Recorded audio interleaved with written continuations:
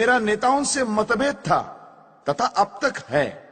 ये मेरे 28 फरवरी 1935 के सावरकर के नाम पत्र से भली भांति विदित होता है। आज भी मेरे वही विचार है। गांधी जी से मेरी शत्रुता नहीं थी। लोग कहते हैं कि पाकिस्तान योजना में उनका मन शुद्ध था। मैं ये बताना चाहता हूं कि मेरे मन में देश प्रेम के अतिरिक्त कुछ न था। मुझे इस कारण हाथ उठाना पड़ा कि पाकिस्तान बनने पर जो भयंकर घटनाएं हुई उनके उत्तरदायी केवल गांधी जी थे। मुझे यह पता था कि हत्या के बाद लोगों के विचार मेरे विषय में बदल जाएंगे। समाज में मेरा जितना आदर है वो नष्ट हो जाएगा। मैं जानता था कि समाचार पत्र बुरी तरह मेरी निंदा करेंगे, किंतु मैं नहीं जानता था कि अखबार इतने पतित हो जाएंगे कि सत्य का गला घोंट देंगे। समाचार पत्रों ने कभी निष्पक्षता से नहीं लिखा। यदि वे देश के हित का अधिक ध्यान रखते और एक मनुष्य की व्यक्तिगत इच्छाओं को कम ध्यान देते तो देश के नेता पाकिस्तान स्वीकार न करते। समाचार पत्रों की ये नीति थी कि लीडरों की गलतियों को प्रकट न होने दिया जाए। देश का विभाजन इससे सरल हो गया। ऐसे भ्रष्ट समाचार पत्रों के डर से मैंने अपने निश्चय की दृढ़ता को विचलित नहीं होने दिया। कुछ लोग कहते हैं कि यदि पाकिस्तान न बनता तो आजादी न मिलती। मैं इस विचार को ठीक नहीं मानता। लीडरों ने अपने पाप को छिपाने के लिए यह बहाना बनाया है। गांधीवादी कहते हैं कि उन्होंने अपनी शक्ति से स्वराज्य पाया। यदि उन्होंने अपनी शक्ति से स्वराज्य लिया है तो उन्होंने हारे हुए अंग्रेजों को पाकिस्तान की शर्त क्यों रखने दी और शक्ति से क्यों न रोका? मेरे विचार से महात्मा और उनके अनुयायियों की एक ही पॉलिसी रही, और वो ये कि पहले यवनों की मांग पर विरोध दर्शाना, फिर हिचक दिखाना और अंत में आत्मसमर्पण कर देना। इसी प्रकार पाकिस्तान की रूपरेखा स्वीकार कर ली गई। 15 अगस्त 1947 को छलपूर्वक पाकिस्तान स्वीकार कर लिया गया। पंजाब, बंगाल, सीमा प्रांत और सिंध के हिंदुओं का कोई विचार नहीं किया गया। देश के टुकड़े करके एक मजहबी धर्मनिष्ठित मुस्लिम राज्य बना दिया गया। मुसलमानों को अपने अराष्ट्रीय कार्यों का फल पाकिस्तान के रूप में मिल गया। गांधीवादी नेताओं ने उन लोगों को देशद्रोही सांप्रदायिक कहकर पुकारा जिन्होंने पाकिस्तान का विरोध किया था, और पाकिस्तान स्वयं स्वीकार करके जिना की सब बात मान ली। इस दुर्घटना से मेरे मन की शांति भंग हो गई। पाकिस्तान बनाने के बाद कांग्रेस सरकार पाकिस्तान के हिंदुओं की रक्षा करती तो मेरा क्रोध शांत हो जाता। मैं नहीं देख सकता था कि जनता को धोखा दिया जाए। करोड़ों हिंदुओं को मुसलमानों की दया पर छोड़कर गांधीवादी कहते रहे कि हिंदुओं को पाकिस्तान से नहीं आना चाहिए और वही रहना चाहिए। इस प्रकार हिंदू मुसलमानों के चंगुल में फंस गए और विकट विपत्तियों के शिकार हुए। जब मुझे इन घटनाओं की याद आती है तो मैं कांप उठता हूं। प्रतिदिन सहस्त्रों हिंदुओं का संहार होता था। 15,000 सिखों को गोलियों से भून दिया गया। हिंदू स्त्रियों को नग्न करके जुलूस निकाले गए। उनको पशुओं की भांति बेचा गया। लाखों हिंदुओं को धर्म बचाकर भागना पड़ा। 40 मील लंबा हिंदू निराश्रितों का जत्था हिंदुस्तान की ओर आ रहा था। हिंदुस्तान शासन इस भयानक कृत्य का कैसे भयानक निवारण करता था? उन निराश्रितों को वायुयान से रोटियां फेंककर।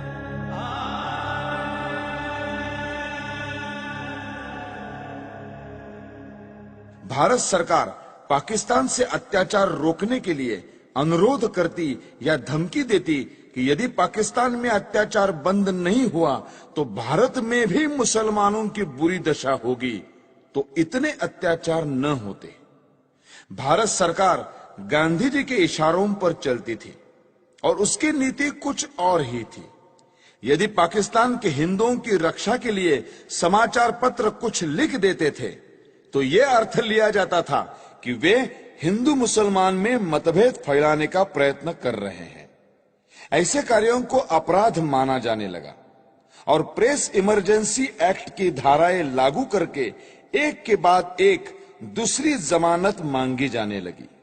मुझे भी अनेक नोटिस मिले और 16,000 रुपए की सुरक्षित निधि तक मांगी गई। श्री मोरारजी देसाई के न्यायालय बयान के अनुसार ऐसी 900 घटनाएं हुई। इतना ही नहीं, जब प्रेस प्रतिनिधि मंडल मोरारजी से मिलने गया तो उन्होंने उनकी एक न सुनी। इस प्रकार मुझे आशा न रही कि गांधीवादी कांग्रेस सरकार पर शांतिमय ढंग से दबाव डाला जा सकता है। जब इस प्रकार की घटनाएं हो रही थी तब पाकिस्तान या मुसलमानों के विरुद्ध गांधी जी ने एक भी शब्द नहीं कहा। हिंदू जाति और संस्कृति को मिटाने के लिए मुसलमानों ने जो अत्याचार किए उनका मूल कारण गांधी है। यदि भारत की राजनीति को भली भांति संभाला जाता तो ऐसा हिंदू संहार कभी न होता जैसा अब हुआ, और जिसका उदाहरण इतिहास में कहीं नहीं मिलता। सबसे महत्वपूर्ण बात यह है कि मुसलमानों से संबंध रखने वाली समस्याओं में गांधी जी ने कभी जनता के विचारों की ओर ध्यान नहीं दिया। गांधी जी की अहिंसा की आड़ में इतना रक्तपात हो चुका था कि जनता पाकिस्तान के पक्ष में किसी भी विचार का स्वागत करने के लिए तैयार न थी। स्पष्ट था कि जब तक पाकिस्तान में धर्मांध मुसलमान राज्य है तब तक भारत में शांति नहीं हो सकती। फिर भी गांधी जी इस प्रकार का प्रचार कर रहे थे और इस तरह के विचार पाकिस्तान के पक्ष में फैला रहे थे जैसा कर सकने में कोई कट्टर लीगी नेता भी सफल न हो पाता। इन्हीं दिनों में उन्होंने आमरण अनशन की घोषणा करते हुए जो शर्तें रखी वे सब भी केवल हिंदुओं के विरुद्ध और मुसलमानों के पक्ष में थी।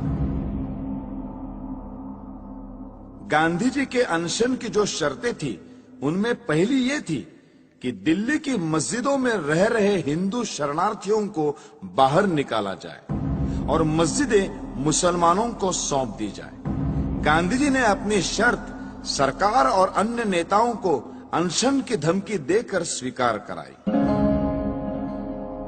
जिस दिन यह घटना हुई उस दिन मैं दिल्ली में था। मैंने देखा कि किस प्रकार गांधी जी की जिद को पूरा किया गया। वे शीत के दिन थे। गांधी जी ने अनशन खोला। उस दिन वर्षा हो रही थी। ऐसी असाधारण सर्दी और वर्षा में अच्छे स्थानों पर रहने वाले लोग भी कांप रहे थे। उस समय निराश्रित शरणार्थियों के कुटुंब मस्जिदों से सर्दी के मारे कांपते हुए निकाले गए। उनकी रक्षा का कोई प्रबंध नहीं किया गया। कुछ शरणार्थी जो कुटुंब और स्त्रियों सहित बिरला हाउस गए और उन्होंने नारे लगाए, गांधी जी हमें स्थान दो। उस भव्य भवन में रहने वाले गांधी तक उन निराश्रितों की आवाज नहीं पहुंच सकी। मैंने यह दृश्य अपनी आंखों से देखा जिसे देखकर कठोर से कठोर व्यक्ति का हृदय भी पिघल जाता। मेरे मस्तिष्क में इससे अनेक विचार आने लगे। मैंने सोचा कि क्या शरणार्थियों ने प्रसन्नता से इन मस्जिदों में डेरे डाले थे? नहीं, गांधी को भी उन स्थितियों का पूरा पता था जिनसे बाध्य होकर उन्हें अपने घर छोड़कर इन मस्जिदों की शरण लेनी पड़ी। पाकिस्तान में एक भी मंदिर या गुरुद्वारा सुरक्षित नहीं रहा। शरणार्थियों ने अपनी आंखों से देखा था कि किस प्रकार मुसलमानों ने केवल हिंदू मंदिरों और गुरुद्वारों को अपवित्र किया। जो हिंदू शरणार्थी दिल्ली शरण लेने के लिए आए थे उन्हें यहाँ कोई स्थान नहीं मिला। इसमें आश्चर्य की क्या बात है? यदि उन लोगों ने पेड़ों के नीचे और गली कूचों में न पड़े रहकर पंजाब में बीती हुई दुर्घटनाओं को स्मरण करके दिल्ली की व्यर्थ पड़ी मस्जिदों में शरण ली।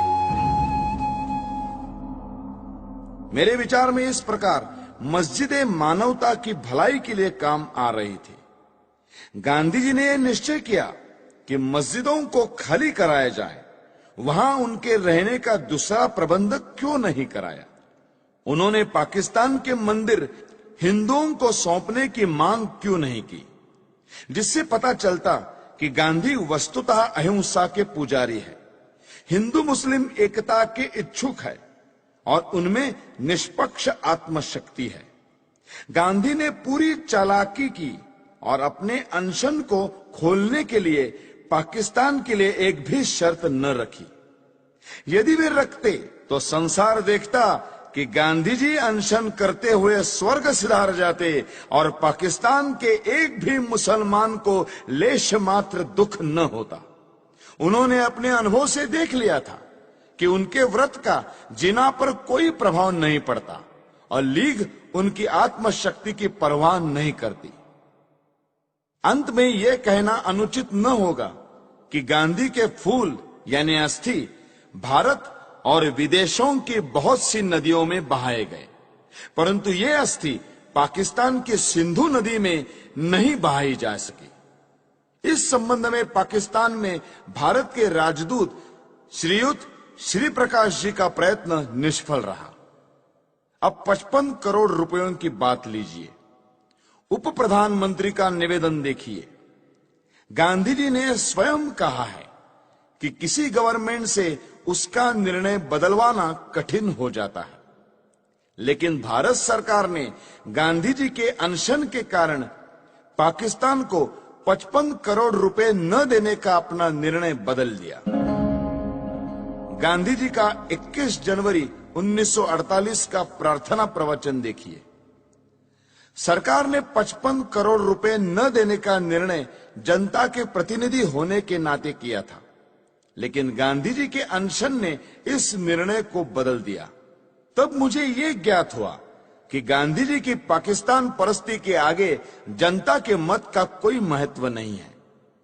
अपने प्रतिवृत्त के पहले खंड के पृष्ठ 143 पर न्यायमूर्ति कपूर ने उस समय वृत्तपत्रों में छपी प्रक्रिया का एक उदाहरण दिया है।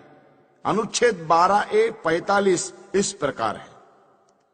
बंबई के साप्ताहिक नेशनल गार्डियन ने अपने 17 जनवरी 1947 के अंक में नेहरू शासन से हिंदुस्तान की घोर वंचना, पाकिस्तान धौंस से जो पा न सका वो गांधी जी के हट्टाग्रह से पा सका, इस शीर्षक के नीचे दिया था, अपने राष्ट्रीय जनों का जिससे नरसंहार होगा वो पैसे देने का कृत्य हम नहीं करेंगे।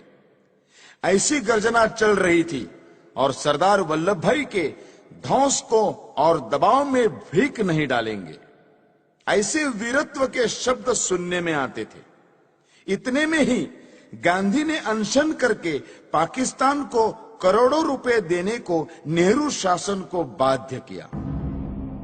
55 करोड़ प्रदान की स्वीकृति से लोग कैसे प्रक्षुब्ध थे, इसका ये उदाहरण है। मुसलमानों ने स्वतंत्रता आंदोलन का विरोध किया, इसीलिए पाकिस्तान बना। जिन्होंने पाकिस्तान का पक्ष लिया उनको पांचवें स्तंभी कहा गया है, उनकी निंदा की गई है। परंतु मेरी दृष्टि में गांधी जी ने पाकिस्तान का पक्ष सबसे अधिक लिया और कोई शक्ति उनको रोक नहीं सकी। इस स्थिति में हिंदुओं को मुसलमानों के अत्याचारों से बचाने का एक ही उपाय था कि गांधी का अंत कर दिया जाए।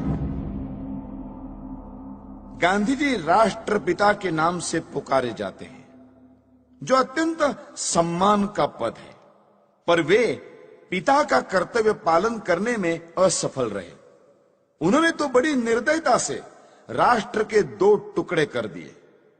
यदि वे सच्ची आत्मा से पाकिस्तान का विरोध करते तो लीग कभी भी इतनी सुदृढ़ता से ये मांग न रख पाती और अंग्रेज पूर्ण प्रयत्न करके भी इसे न बना पाते। देश की जनता पाकिस्तान बनाने की घोर विरोधी थी, पर गांधी जी ने जनता को धोखा दिया और मुसलमानों के पाकिस्तान का पिता सिद्ध किया है। इसलिए मैंने भारत माता का एक पुत्र होने के नाते अपना कर्तव्य समझा कि ऐसे व्यक्ति का अंत कर दिया जाए, जिसको कहा तो जा रहा है राष्ट्रपिता, किंतु जिसने मातृभूमि का विभाजन करने में सर्वाधिक हाथ बटाया है। हैदराबाद की समस्या का भी यही इतिहास है। निजाम के मंत्रियों एवं रजाकारों ने जो अत्याचार हिंदुओं पर किए, उनका वर्णन करने की आवश्यकता नहीं है। वहां के प्रधानमंत्री लायक अली जनवरी 1948 के अंतिम सप्ताह में गांधी जी से मिले थे। शीघ्र ही पता लग गया कि गांधी जी का व्यवहार इस विषय में भी विचित्र है। जिस प्रकार उन्होंने सुहरावर्दी को अपनाया था, उसी प्रकार कासिम रिजवी को भी दत्तक पुत्र समझकर व्यवहार करेंगे, ये बिल्कुल स्पष्ट था।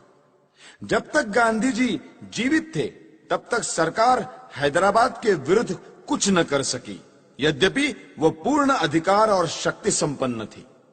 यदि गांधी जी के जीवन में ही भारत सरकार हैदराबाद में सेना या पुलिस की कोई कार्रवाई करने का निश्चय करती, तो गांधी जी हिंदू मुस्लिम एकता के नाम पर सरकार को अपने निश्चय बदलने पर बाध्य कर देते।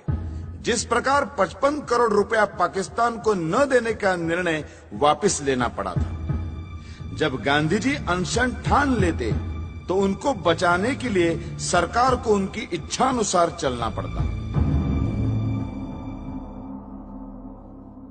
गांधी जी के अहिंसा सिद्धांत के अनुसार हमें अत्याचार सहन करते जाना चाहिए और शस्त्र या शारीरिक शक्ति से प्रतिकार नहीं करना चाहिए।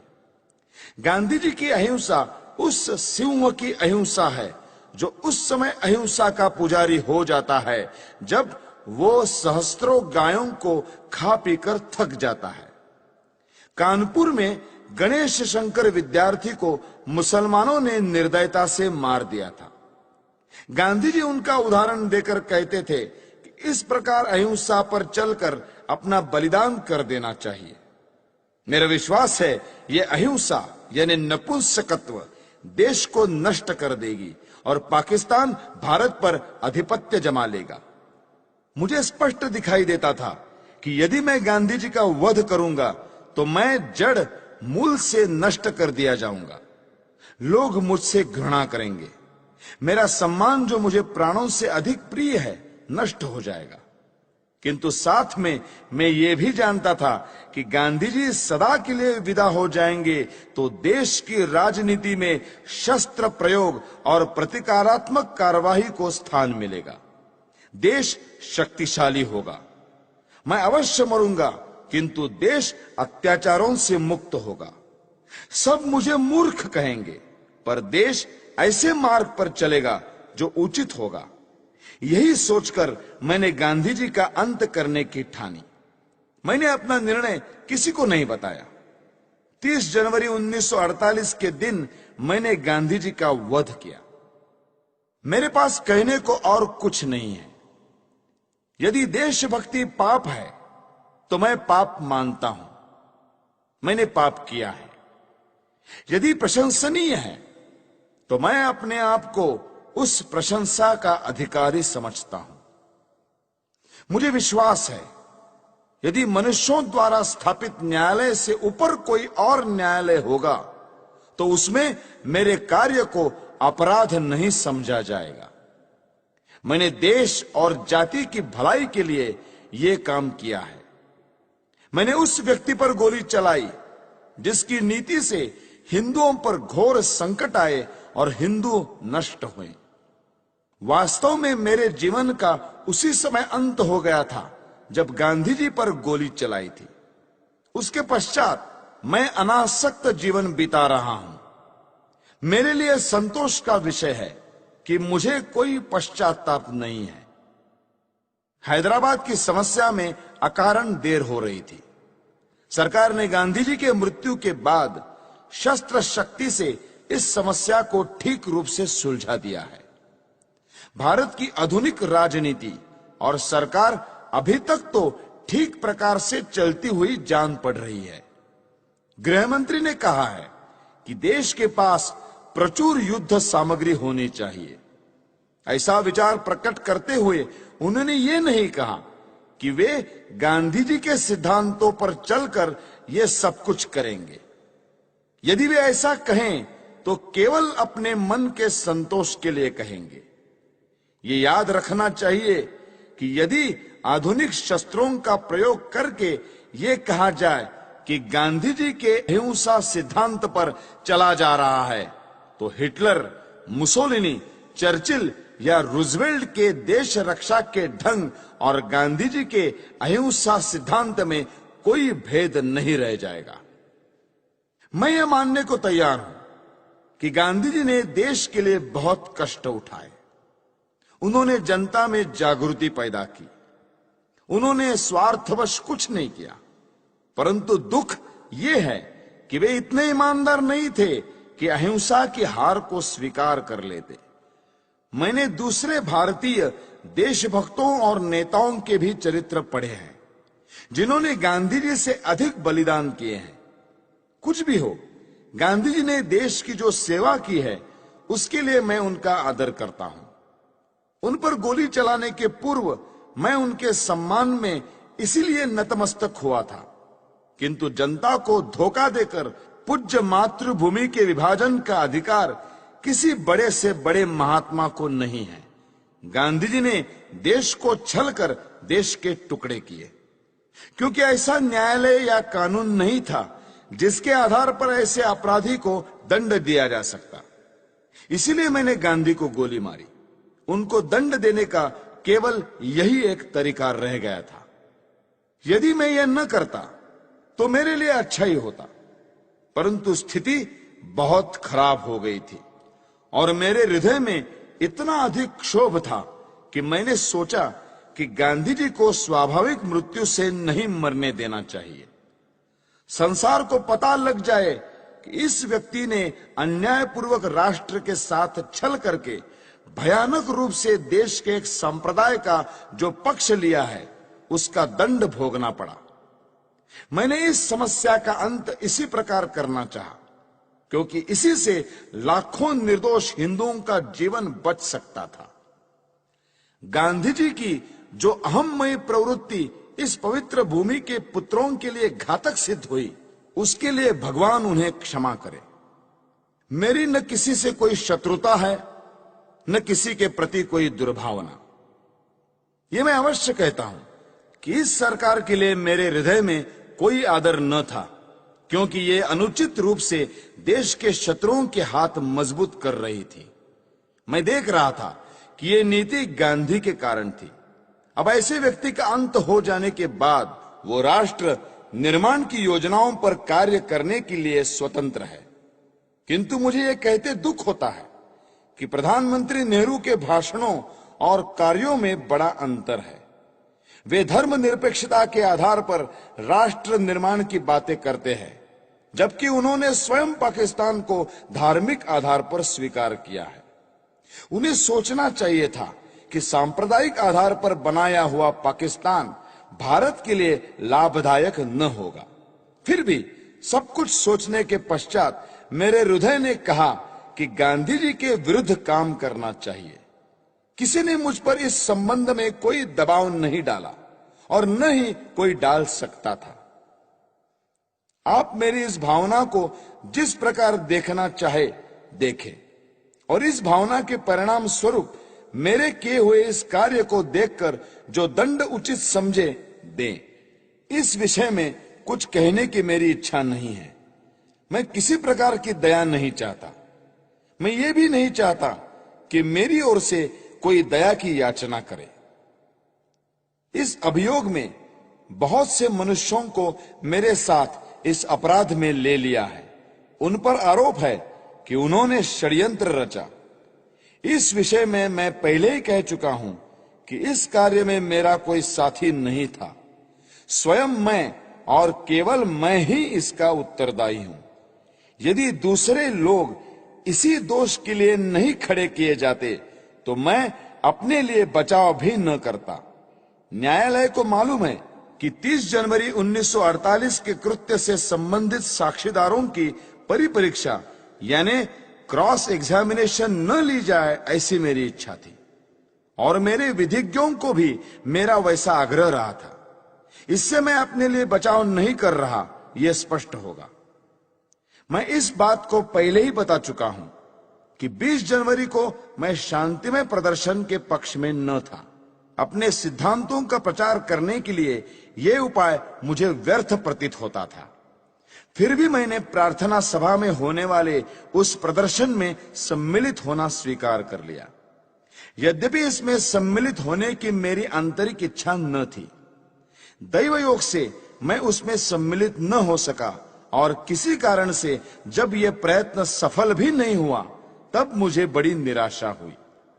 आप्टे और अन्य लोगों ने पूना, बंबई, ग्वालियर में स्वयं सेवकों के लिए जो परिश्रम किया था उसका कुछ भी फल नहीं निकला। तब गांधी जी के वध के अतिरिक्त मेरे लिए दूसरा मार्ग नहीं रह गया था। इन्हीं विचारों में खोया हुआ जब मैं दिल्ली के शरणार्थी कैंप में घूम रहा था तो मुझे एक फोटोग्राफर मिला जिसकी कमर में कैमरा लटक रहा था। उसने मुझे फोटो उतरवाने के लिए कहा। वो शरणार्थी ही प्रतीत होता था। मैंने फोटो खिंचवा लिया। जिस समय मैं स्टेशन पर आया मैंने आप्टे को 2 पत्र लिखे जिसमें अपनी मानसिक दशा का वर्णन किया और अपने फोटो भी भेज दिए। नानाराव आप्टे से प्रेस और पत्र के क्षेत्र में मुझसे घनिष्ठ संबंध थे। उन्हें मैंने एक पत्र व्यक्तिगत पते पर भेजा और दूसरा हिंदू राष्ट्र कार्यालय के पते पर। अंत में मैं ये कहना चाहता हूं कि जो वक्तव्य मैंने दिया है वो सत्य और शुद्ध है। प्रत्येक बात संदर्भ ग्रंथों को देखकर तैयार की गई है।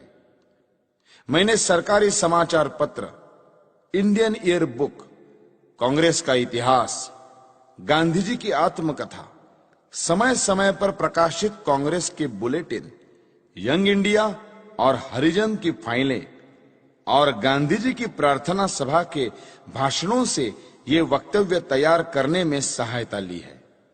मैंने ये लंबा वक्तव्य इसलिए नहीं दिया है कि लोग मेरे कार्य को सराहें, बल्कि इसलिए दिया है कि लोग मेरे विचारों को भली भांति जान जाए और किसी के मस्तिष्क में मेरे विषय में कोई भ्रांत धारणा न रहे। भगवान करे हमारा देश फिर अखंड हो और जनता उन विचारों का त्याग करे जो अत्याचारी के आगे झुकने की प्रेरणा देते हैं। भगवान से यही मेरी अंतिम प्रार्थना है। मेरा वक्तव्य अब समाप्त हो चुका है। आपने इसे ध्यान से सुना और सुविधाएं दी, उसके लिए मैं कृतज्ञ हूं। जिन्होंने इस बड़े अभियोग में मुझे कानूनी सहायता दी और जो पुलिस ऑफिसर इस अभियोग से संबंधित हैं, उनके प्रति मेरे हृदय में कोई दुर्भावना नहीं है। मैं उनके सद्व्यवहार के लिए उनका भी कृतज्ञ हूं। जेल के ऑफिसरों को भी धन्यवाद। उन्होंने मेरे साथ बहुत अच्छा व्यवहार किया है।